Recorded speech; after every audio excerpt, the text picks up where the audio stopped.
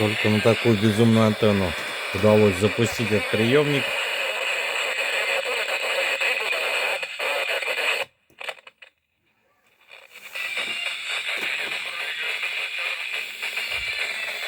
Не работает он с этой штатной антенной.